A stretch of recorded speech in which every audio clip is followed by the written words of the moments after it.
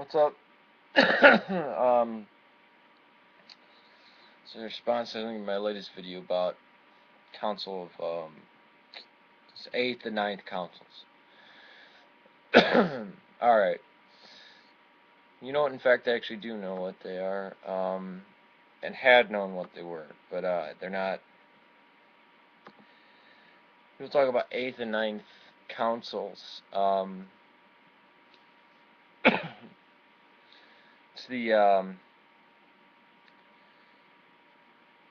just read this comment that somebody wrote me. There have been many Orthodox councils since the 7th Ecumenical Council. However, because of the circumstances with Islam, they are never involved all the Orthodox Church. Most of them were approved by the churches who didn't attend them, but usually only local or regional councils, quite similar to the First Council of Jerusalem, which we read about in Acts. Yeah. And then the 8th one is the I think that's actually the Triumph of Orthodoxy is the 8th one, if I'm not mistaken. I think it's taken along with the 7th in some celebrations, because he mentions the affirmation of the 7th Ecumenical Council and the rejection of the Robber Council of 869 to 870. And this is the one where they restore Photius the Great. They argued against the Nicene Creed and condemned and anathematized anyone who changed it. There's no Eastern Orthodox person that would say there's anything that's wrong. And then the second one, which gets called the 9th, was the approval of hesychasm. I never know how to pronounce that word. Is tradition theology taught by Saint Gregory of Palamas. Yeah. That's nobody would no Orthodox person would disagree with that.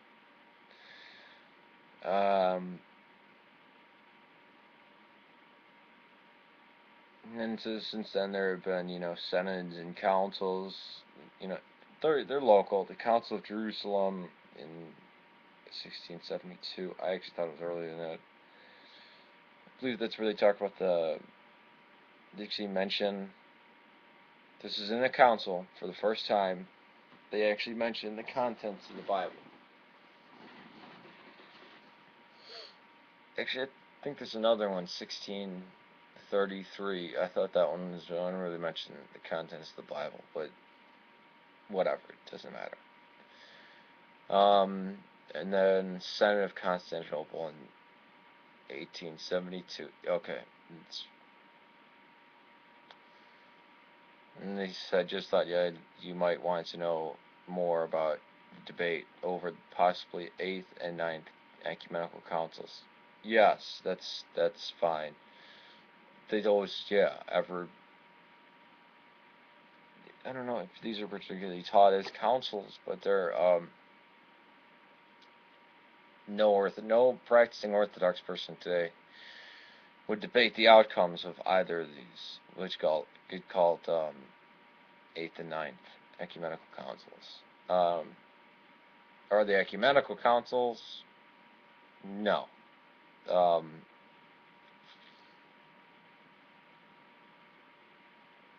Are they generally accepted throughout the church?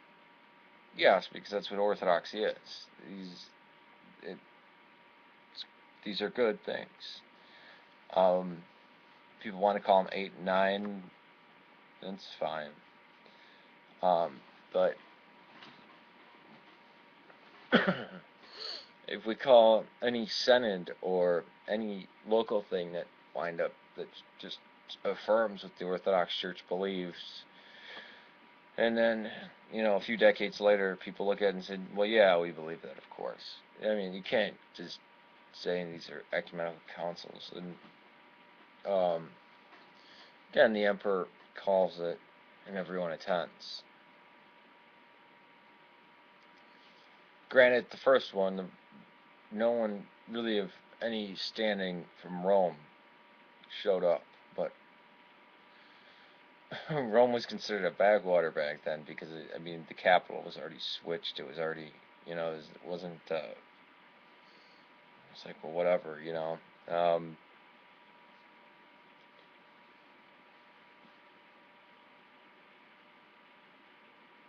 and, yeah, you had 2, 3, yeah, so it's, yeah, these are obvious. I also got a very strange message about the one who asked me about this.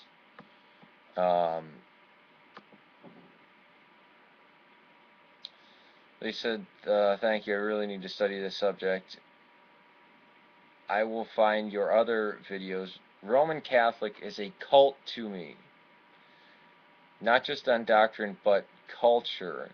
Jesus was a Jew. He was Semitic.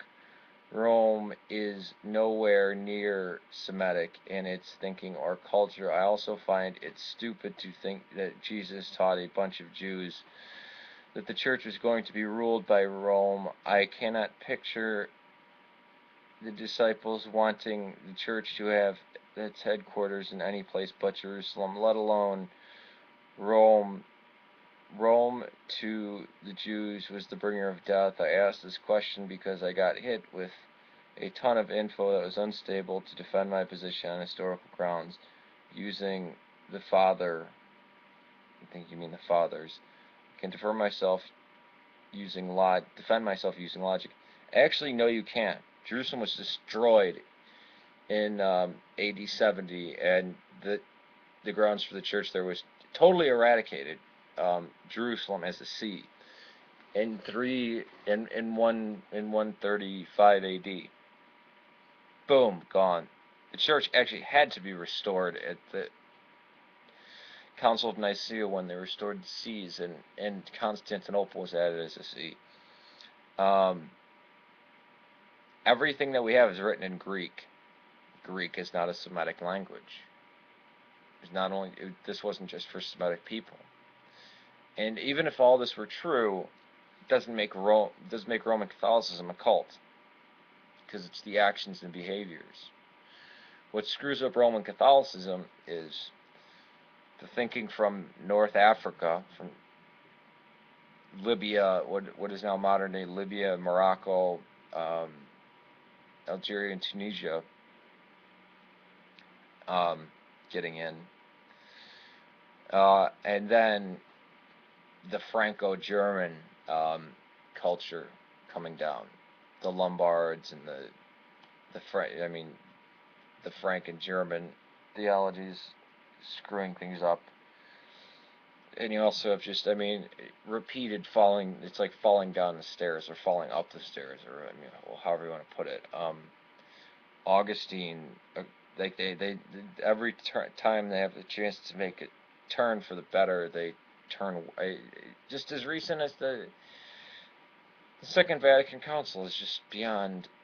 It's baseless. It's groundless. It's just stupid that they said, okay, we're going to move more to be like the Protestants and we're going to more to be like the Orthodox, because it was just trying to,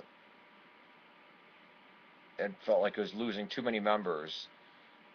But by flipping over to guitar mass and all this kind of stuff, and they wound up, almost every evangelical I know is an ex-Catholic. That's the crazy thing about it. The Roman Catholic Church wound up almost dissolving itself with the Second Vatican Council. I also find it stupid to think that Jesus taught a bunch of Jews culture ruled by Rome. I cannot picture them wanting disciples to have tradition. Well, so Paul, you don't agree with Paul teaching people in Rome or in Ephesus or in Corinth, or Mark going to Alexandria, or Thomas going to India? It should just be for the Jews, you and Ebionite. This doesn't make sense. No, this is groundless and baseless. You can't use anything historical grounds, and you can't use the fathers. Because the message was to be a light to the Gentiles. The Lamb conquered Rome. Conquered the Roman Empire. And you had it actually stopping. You actually had it stopping many of the practices, like the gladiatorial games, exposure of babies, horrible things like this. Were the church and the empire ever tied together? Really, no. There was friction. I mean, with Constantine there was friction. With the iconoclastic emperors, there was friction. It was actually, this is why I don't support any people saying, oh, we need an emperor again. No, we don't. Actually, they impeded orthodoxy. They impeded Christianity. They were against the icon. It actually was the empresses that the empresses and queen mothers at the time that actually had to hold up icons and say icons are good. That defended iconography.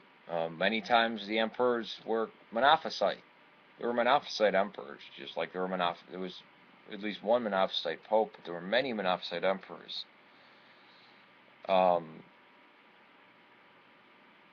So, no, and you had well over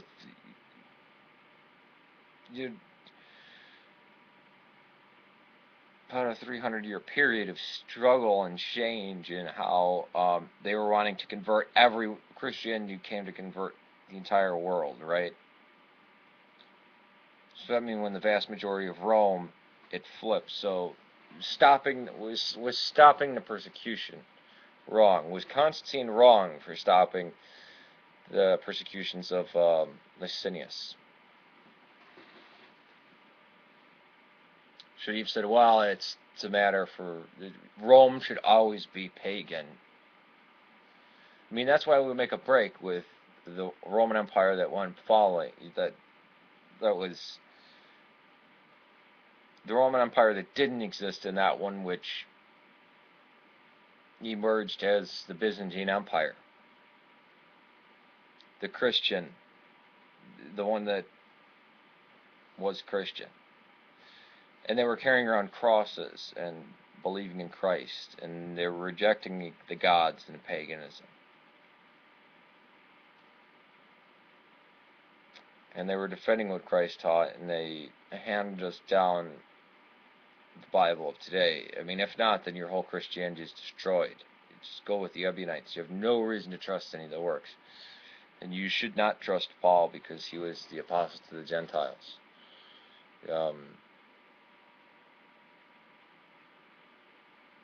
So I don't think you could. I can send you Steve Hassan videos on talking about what is a cult. This is not belief, or it's actually behavior. And the Roman Catholic Church, no, not a cult. Not correct, or heterodox, or heretic, or whatever you want to call it.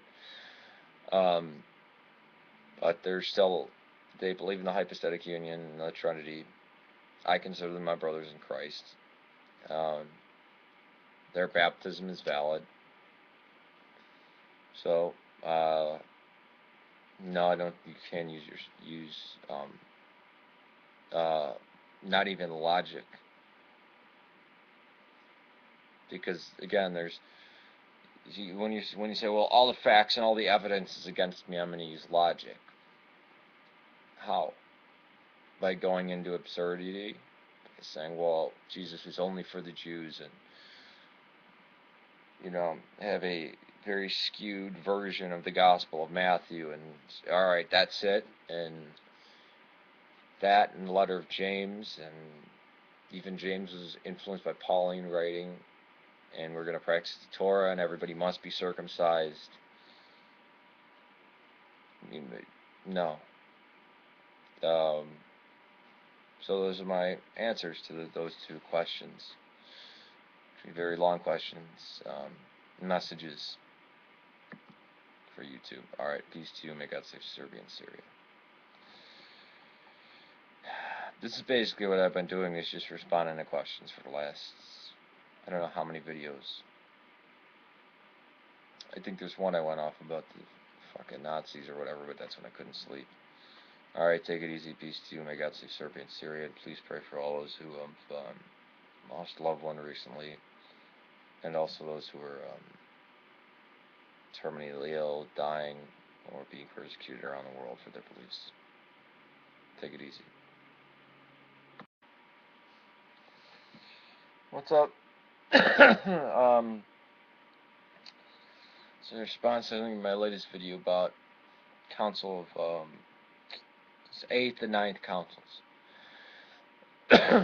Alright. You know what, in fact, I actually do know what they are, and had known what they were, but they're not. We'll talk about 8th and 9th Councils.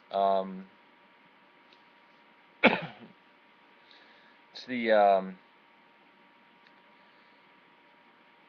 just read this comment that somebody wrote me. There have been many Orthodox councils since the 7th Ecumenical Council. However, because of the circumstances with Islam, they are never involved all of the Orthodox Church. Most of them were approved by the churches who didn't attend them, but usually only local or regional councils, quite similar to the First Council of Jerusalem, which we read about in Acts.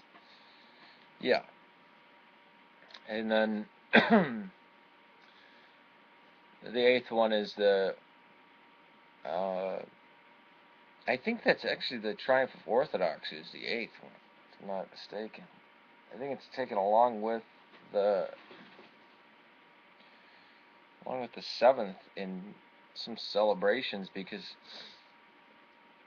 he mentions the affirmation of the 7th Ecumenical Council and the rejection of the Robber Council of 869 to 870. And this is the one where they restore Photius the Great. Yeah, argued against the Nicene Creed and condemned and anathematized anyone who changed it. There's no Eastern Orthodox person that would say there's anything that's wrong. And then the second one, which gets called the 9th, was the approval of hesychasm. I never know how to pronounce that word. Is tradition theology taught by Saint Gregory of Palamas. Yeah. That's nobody would no Orthodox person would disagree with that.